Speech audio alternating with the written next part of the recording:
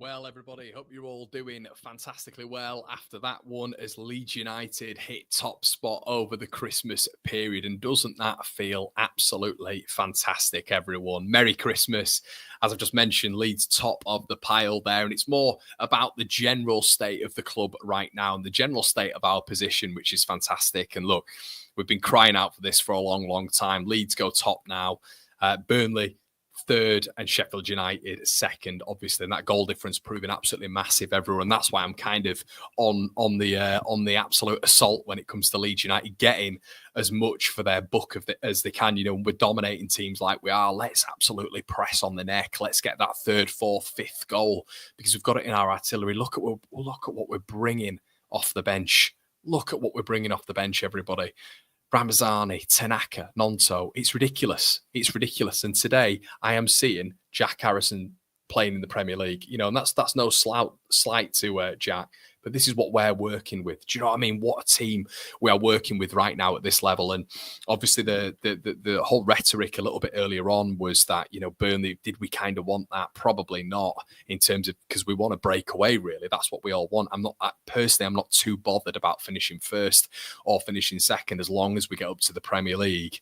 You know, I'm not really bothered. At the start of the season, if you'd have asked me, I'd have said, look, at the end of the day, with Leeds United, with the squad that we have, with the manager that we have at this level, I want the Leeds should be finishing top, and I won't take anything less. Now I'm probably a little bit more realistic about it, and I'm thinking from an obvious standpoint of just take us into that top two and we're fine. But, you know, right now it's nice. It's top of the pile. We've not said that in a while. You know, Sheffield United have occupied that position for a while now. You know, they've got some tough games coming up. They've got West Bromwich Albion. They've got Sunderland away coming up, which is never easy.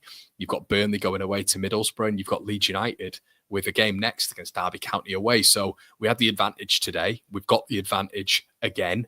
And we've got the advantage really in the next month, in my opinion. Obviously, I don't think Burnley are playing Borough next, but that's just in their calendar. It's a really good position that we're in right now. Blackburn, I'm kind of happy we've got Blackburn at home coming up. I am, and look, you've got to play these sides. You've got to play the best sides in the division, and that's what Blackburn are right now. I don't think. Listen, overall, I think they're a gritty team who might struggle towards the end, but right now they're a force to be reckoned with at this level. And if Leeds are actually able to beat Blackburn at home, right the wrong of the John Eustace thing, which is really annoyingly turning into a Russell Martin thing, of which he is just there and he's getting results against us. We don't want that. You know, we want that to turn. And I'm happy we've got them at the start of the new year. We've got the best home record in the division. Let's play Blackburn. Let's beat Blackburn. You know, but quite frankly, it was a must-win tonight for me.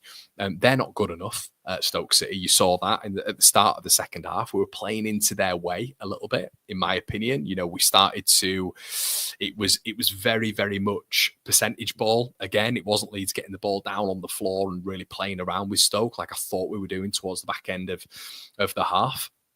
But what I will say is that is a composed end to the game. Do you know what? It was actually quite interesting towards the back end of it as well. Just coming back down from a general sense and looking at the microcosm that was this game, it was quite actually interesting seeing how much fitter we were than them towards the end. And look, you've got a top of the league team, top of the table team right now, but Stoke had made a lot of changes. I think it was 4 or 5 changes before Leeds had made their first. So you'd expect Stoke to look a little bit fresher. They didn't. Leeds just looked fresher. We looked a man heavier in terms of when we were going forward. I thought our percentages were really good tonight. If I'm being ultra picky, I thought we really could have stepped on the neck. If I'm being ultra picky, maybe that's the difference you get in away games when you've got Ampadu there. I feel like Tanaka goes on the back foot a little bit more, on the half turn, I should say, in those pockets just between the defence and the attack, and gets Leeds moving a little bit quicker. I think Ampadu's a little bit more regular in a closed body approach, and giving the ball back to the 2 centre backs and Melier. But listen, when you're 2-0 up, when you're 1-0 up, that's kind of what you want. But look, I've seen Marcelo Bielsa in charge of this side, so I'm greedy. Look, I want Leeds United to be going out there at this level and absolutely smashing teams. But I know that's not realistic. I'm not an unrealistic fan when it comes to that. But overall, I think the general consensus right now is we're top of the division. And I think we are a top of the division side. I think, look, statistically now, and I can say this, we're the best team in the division, which is nice, because that was always rammed down my throat. That's statistically, you know, you say you're the best team, you got the best quality, you got the best footballing philosophy, you've got the best this, that, and the other, the best manager, but you're not top of the league. So how can you say it? Well, Now we're top of the league. It's another clean sheet for Leeds United. It's a clean sheet on the road, of which we don't put that much onus on, but we should, because a clean sheet on the road is something we've not had for a period of time. Swansea, Millwall, Blackburn, Preston, we've not had it. So we've got it now. And hopefully it can take us back to the early days of the season of your Cardiffs and your Sheffield Wednesday, where it's the clean sheet, and the clean sheets matters. You've seen that with Burnley. Clean sheets matter away from home. So I think it's really important that Leeds got that win today. And going into the new year, this is what we need to hang on to now. We're not the hunter now, we're being hunted. And that's what you've got to look at now. Everybody's been hunting Sheffield United down. Teams have done. Sunderland aren't far off. Blackburn have had a bit of a resurgence, haven't they? They've won 6 games in 8. Leeds United have been steady on at home. I think we've got 10 wins on the bounce, or 9 wins on the bounce at home, which now Sheffield United don't have. Our run was obviously stopped by Burnley earlier on in the season. Theirs has been stopped now by 2 at this point in the season. Well, what does that say about Burnley, I guess, and potentially their away form? But our home form is better than Burnley's, and it's a very, very, I think it's better than Sheffield United's now as well. So that's something we've got to grip onto. But I want to see us in this next part of the season really right some of the wrongs that we've had, the inconsistencies away from home, the 3 out of 10 win record in this division, when a lot of teams are like Stoke. You've got, with the greatest respect, Millwall, Preston. I'm not saying stylistically they have the exact same, but they follow a very, very similar blueprint. Winning the percentages in the channels, the long ball, making it a little bit rough, 5 across the midfield, and really try and disrupt Leeds' play in that sense. And I think there are a lot of teams like that in this division. Leeds have got to face that. It's a horrendous league to be down in. You've got to have a big squad for it. You've got to have depth, but you've got to have quality as well. And Leeds have that in abundance. Just what we're bringing off the bench it's madness. It's absolute madness. Joseph, I thought when he came on was good. I thought Nonto when he came on was a little bit quiet. But Ramazani came on, should have had an assist or 2. And then you're having Tanaka come on, just conduct things. But that level of substitution, I've mentioned this earlier on. I saw Jack Harrison come on as a substitute today. I'd have all of those 4 ahead of Jack Harrison. Do you know what I mean? And that's not me being pedantic or picky. I'm being genuinely serious there. More of an impact player. And I think Everton fans will probably trade our 4 with Jack Harrison as well. But the overriding point here, the overarching point, everyone, is what we have coming off the bench is bottom half Premier League standard. And I know they have to prove it in the Premier League for us to have this consolidation of opinion. But it's true. It is true, and you will see the technique and the numbers at the end of the season back all that up. The technical ability, the numbers, the link up play, the quality on the ball and off the ball as well. And you're looking at them as that. It's just Premier League rotation. It's a Premier League ready squad. I'm not saying it is a Premier League squad, but it's a Premier League ready squad for you to build on. And right now is a perfect point where Leeds can move forward. We can move forward as top of the table, and let's make a statement now. Let's have a quick look at the fixtures, everybody. You have a look at Leeds United's fixtures right now, okay? And the next 4 are fantastic. Derby County away from home, Blackburn at home, which I'm looking forward to. I'm genuinely looking forward to putting a right to that wrong. They're one of the teams that I want to face now because it's annoying me with John Eustace, and I want to beat them. Because 3-1-0s on the bounce isn't good. And you have to show your quality in a game like that, especially at home. Hull City away from home, and then Sheffield Wednesday at home, and then Norwich at home. Guys, up until the 22nd of January, Leeds United have in probably about 15 to 18 points there where we can pick up. And that's been genuinely serious.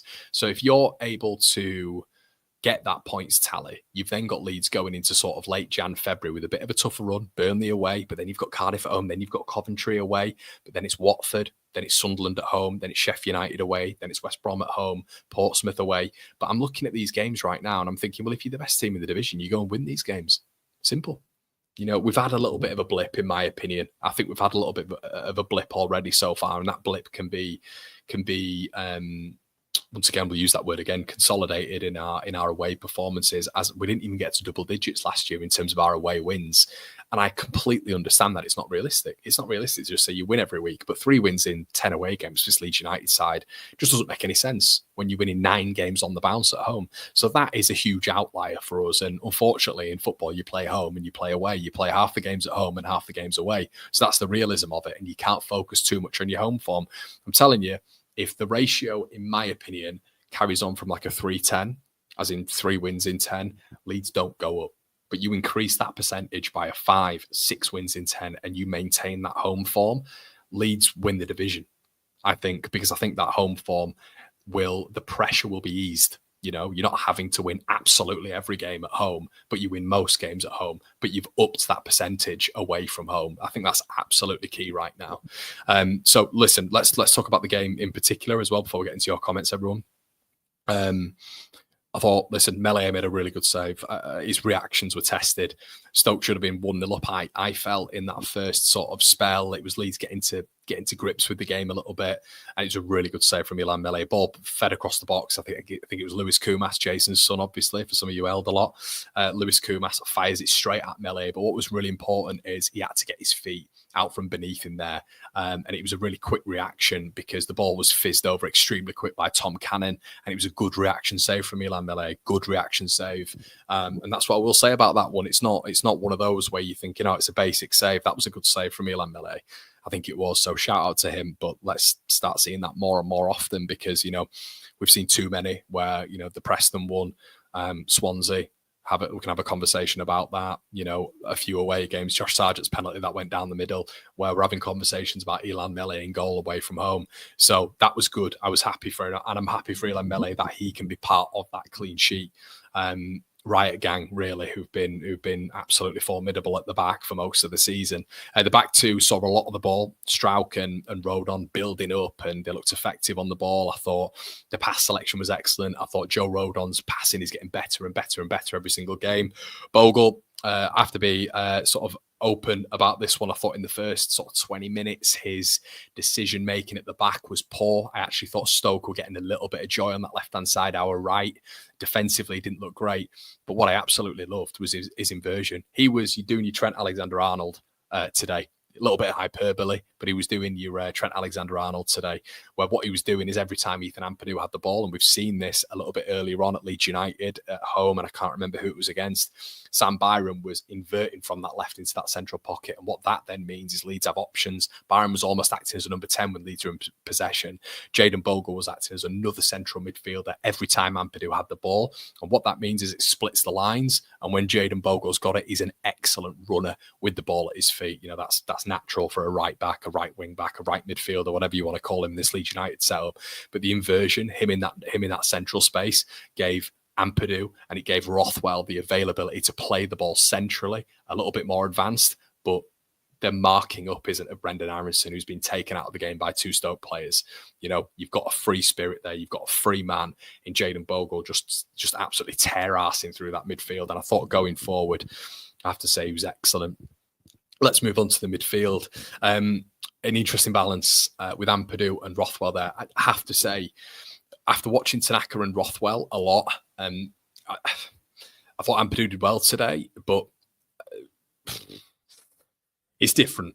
It's different, and it's very abundantly clear how it's different. I thought what I liked about Ampadu, the positives about what he brings to that side, is the bite. He's going at the play, he's going at Tom Cannon throughout the game. He's pointing it in one more of those, and you just don't get that really from Tanaka. Although there was one bit where Rothwell was going in, where Byron was fouled, and he was the first on the scene with Berger, which I thought was brilliant. I've not seen that from Rothwell yet. A little bit of bite, a little bit of Leeds in there, which was excellent. The dynamic was so interesting because you've got that combative player in Ampadu. On the ball, I think there's nothing between any of them. I think with Rothwell and Tanaka, I will say this, I think they're a little bit more adventurous naturally because Rothwell's a different player to Ampadu.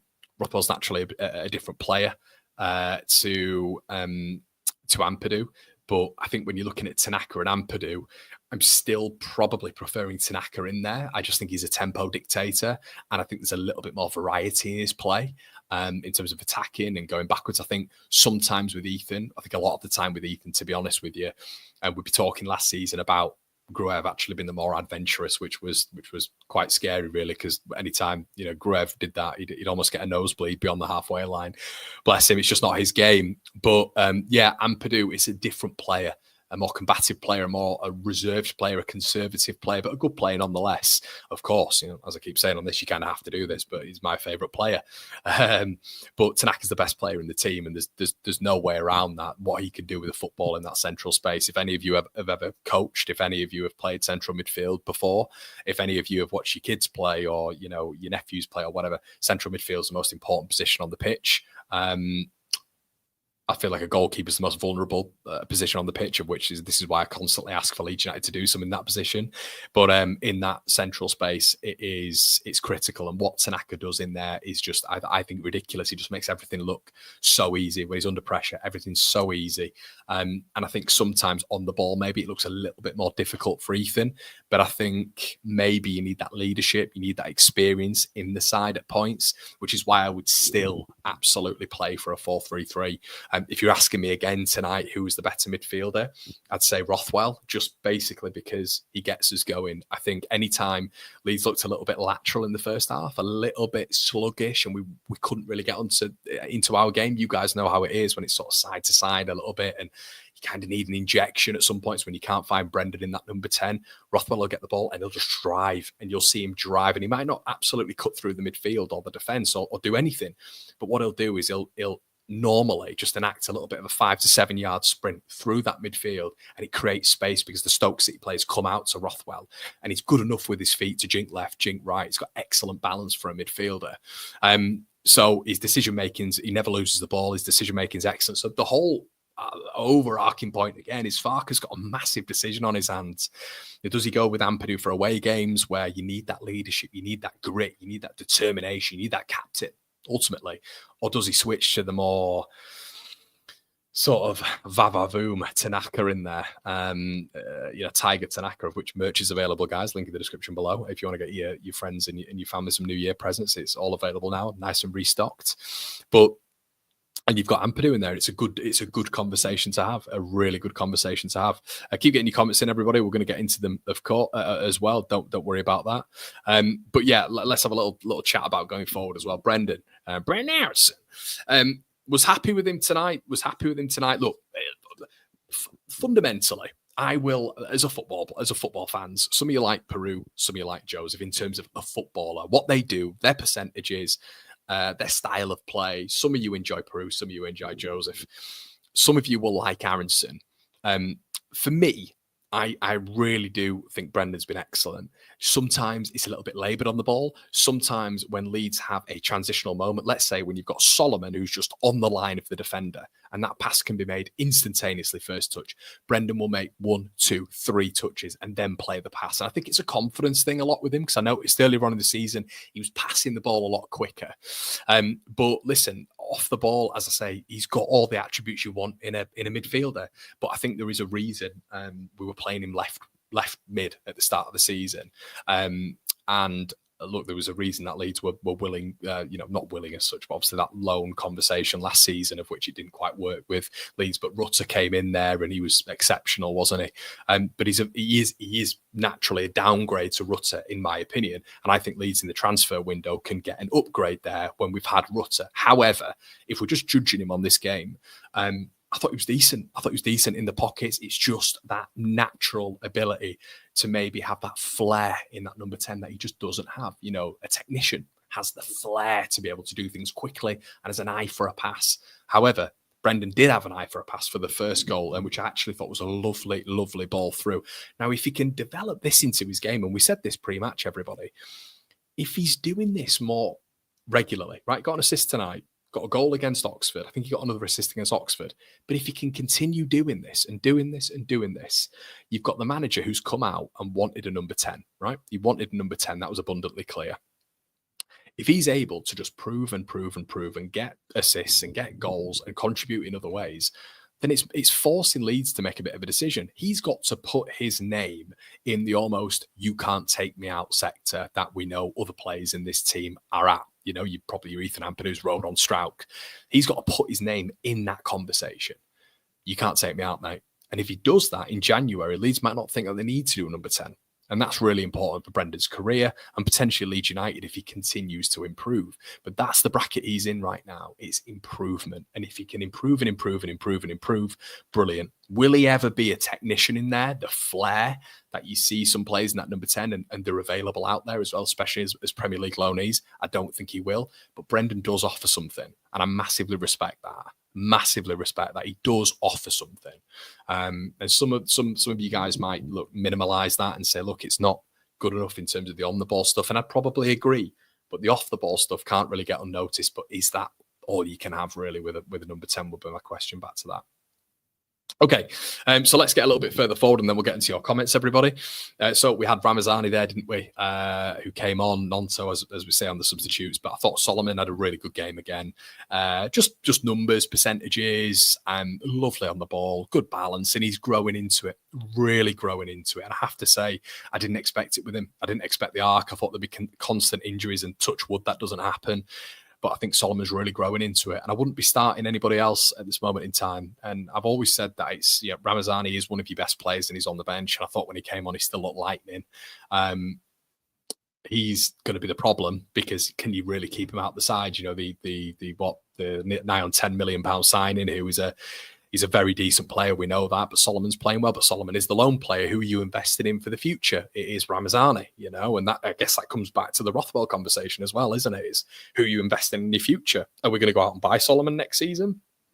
Because him and Ramazani, maybe right now, because Ramazani's just coming back and Solomon's building up, are probably on the same level. I think when they're both 10 out of 10, Ramazani is the better footballer, in my opinion.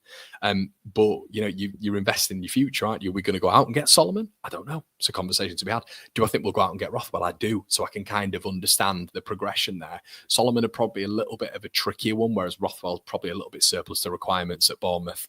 But that's a definite go-to, and it's probably affordable in Leeds' price range. I see him very much as you rode on. Solomon, I'm unsure on, really. I'm very unsure on what he'll want to do at the end of the season as well. But that's one to keep an eye on. But it's investing in your future, isn't it? And I wonder how Leeds will go about doing that. Peru. he was all right. You know, I have to be honest, in that first half, we didn't really see him. I think the centre backs were having a decent time with him, to be honest with you. It was, and look, it's nothing that we're adverse to talking about with Peru, but he got his goal. It was a brilliant finish. Absolutely smashed it off the crossbar. I'd like to see some more of those from outside the box if he's got that in his locker with his ball striking efficiency there. Right foot just absolutely smashes it off the underside of the bar. You know, what on earth was that? I've not seen that from him before. And then he got his second goal, Johnny on the spot, and we said at the watch along, I said to my dad, what he's going to get here is in this match, because they had quite a high line, I thought, Stoke, and it was evidenced probably by the amount of offsides Leeds got, but they had quite a high line. And it was a slow high line as well. So I was saying to my old man through, what's going to happen in this game is Dan James is going to get in behind, because you could see it happening every single time. Johansson was steaming out as a sweeper, and I thought that's either going to go right for Leeds or wrong. You know, it might be getting Dan James' head a little bit, and he might not be speeding towards the ball, because, you know, Johansson is a sweeper keeper. But Peru's going to benefit from this. If you Joel Peru, you just get yourself in the back post, look to slide the ball in or knock the ball in from Dan James. Is just raw pace and just make sure you're in the position. And he was in the position. So that was great for him. So let's get into a couple of your comments. Brandon says, what the hell is going on with Nonso? He looks mad. Yeah, he did. It was a weird thing, wasn't it, mate, with Nonso? It was, he came on and I don't want to make a mountain out of a molehill here, but it was very much sort of kick the ball backwards. And I'm not making, as I say, I don't want to make something about it, but he just didn't look that interested when he came on, did he? I mean, would you be if you've been sent down to Stoke and brought on for 10 minutes, 10, 15? But look, he's a team player. He's got a part to play. You know, I wonder if he's thinking, where's my position in this side now? Because he knows Ramazani's coming back. Solomon was brought in, wasn't he, by Farke? It was his man. And obviously Farke really likes him there as well. And Aronson just doesn't get taken out, does he? So it's one of those. But at the end of the day, guys, we're top of the league. So that's where we all want it to be. Steve, thank you so much for your donation, mate. Steve Callahan, great name. I think we'll finish top as we're first and haven't even hit consistent form like Jan, Feb. If we improve away form, and we'll finish top for sure. Ramazani not hitting form yet. PS, get your dad a mic. Yeah, I will do, Stephen. Thank you so much for your donation, buddy. Really appreciate all your donations as well, everybody. All of it goes into the run of the channel, so we will do that. I'll tell you what, Stephen. We've got a little clip on here, mate. So we'll get another DG clip on for the old boy. So thank you so much for that, bud. Currently trying to invest in a new camera. So that's what all of your donations are going towards. So just giving you a little bit of an update there. So thank you so much. So yeah, I think there's a lot of discourse in the chat about some other bits as well. Keep getting your thoughts in. I want to hear what you guys are saying. Bradley says, that Sheffield lad loved banging on about being top. Love to see Connor give it back to him now. Oh, I will be, mate. Don't you worry. That's getting lined up, mate. Because remember, statistically, when I was saying, look, we're the best team in the division, he'd be like, well, statistically, you're not. Well, neither are you now, buddy. Where are you now, buddy? That's right. Giving it the old Michael Bisping. Get your Tiger Tanaka merchandise here. Yeah, guys, honestly, unreal. Restocked as well. Get yourself involved in it. Let's have a look. Can we get your Sheffield mate on now? Yeah, he's hiding, mate. He's not said anything back. I've sent him a couple of messages and he's gone all quiet. Listen, if you can give it, you got to be able to take it. Shazza says Stoke are dire. However, you have to be winning those games, and hopefully that boosts morale for the boys when they go to Derby. I think a draw or a loss, we wouldn't recover. I think you're right, Shez, and I think it's a big game coming up against Derby. They're better at home, much better at home than what Stoke City are. It's going to be more of a test for Leeds. I'm expecting a sold-out, whatever they call the stadium nowadays, Pride Park, D County, whatever it is, the D County Stadium. I've no idea what they call it. I don't care, to be honest. Look, you guys know I don't like Derby. It is what it is. Yeah, so going there and winning would be fantastic. I'd very much love that. Hopefully, Leeds fans, it'll be a good atmosphere as well down there. They'll sell out all their tickets for that one. It'll be their biggest game of the season. I think their biggest day of the season is also outside Nottingham Forest, to be honest. So they'll be selling that one out. So it's going to be a different atmosphere for Leeds. Maybe as well, they're going to be on the transition a little bit more, trying to win the game because of the feel of the place. So if they're encouraged to do that, Leeds should pop them off. They really should pop them off. But there is a massive difference in how good they are and how good we are. If we beat Derby, I think it's a real positive for Leeds. I think it's a real positive. If you can go into 2025 and you've beaten Stoke and you've beaten Derby, and previously you just slapped up Oxford, especially if you can get a clean sheet as well, if we're being completely honest, if that happens as well, my goodness, wouldn't that be lovely? Wouldn't that be absolutely fantastic for the Whites? And you got the hoodoo off your back there, and then we just start losing loads of games at home, don't we? Joking. But imagine we beat Derby, we beat Stoke, Derby, and then Hull, and we lose to like Blackburn and Norwich. And it just completely reverses and does the complete Leeds United 180. But no, I don't think that'll happen, obviously, guys. But yeah, it's a massive result for the Whites. Massive results.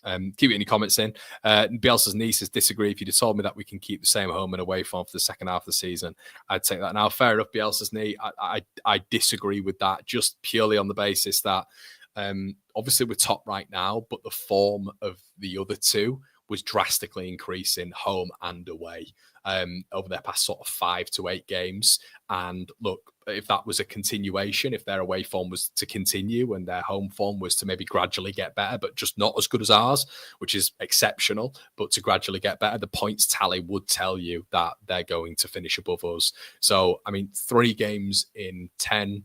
So that would give you, really, if we're looking at 30, 40, you're probably looking at a very similar total to what we got last season, maybe a little bit more. You'd probably be averaging out over a 46-game season, maybe 10, 11 wins in 46. So it's sort of like a one in, well, yeah, is that right? I think that's probably not in 40. Yeah, 10 wins out of maybe 25 games, which is sort of just, I don't know, maybe that's a positive. I think we can win more than that away with how good some teams are at this level for me. Okay. Mucker says, quite frankly, that fog and live footage was nothing short of a disgrace. Yeah, man, I agree with you, but I guess I couldn't do anything about it. Ever thought about doing a Spotify podcast, Connor? I haven't, mate. I haven't, but I am thinking about doing something else in the new year.